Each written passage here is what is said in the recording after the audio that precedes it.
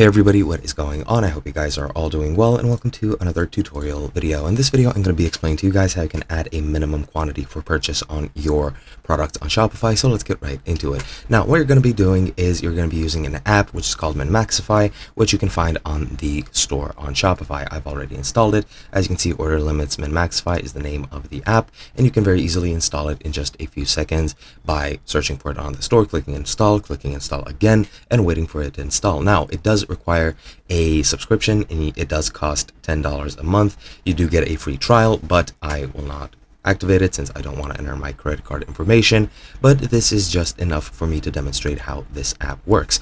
Now, once you're here, you're going to go into product, and once you're here, you're going to click on add product and search for any products you might want on your store. Now, you can add a variant, you can add SKU, whatever that means. You can use whatever you want. And to the right, as you'll see, you have a minimal quantity and you have a maximum quantity, as well as multiple. You can set up a multiple. For example, as you can see, it gives me an example of soda cans. If it's a soda 6-pack, it can only be in multiples of 6. So you can just play around with that. But to set a minimum quantity, you just click here. I'll enter 1. I'll set the maximum quantity to 2 or 20. And that is basically all there is to it. Then you can publish it. I won't because I don't have a subscription, but that is pretty much how you do it. Hope you guys enjoyed, and I'll be seeing you guys in another video.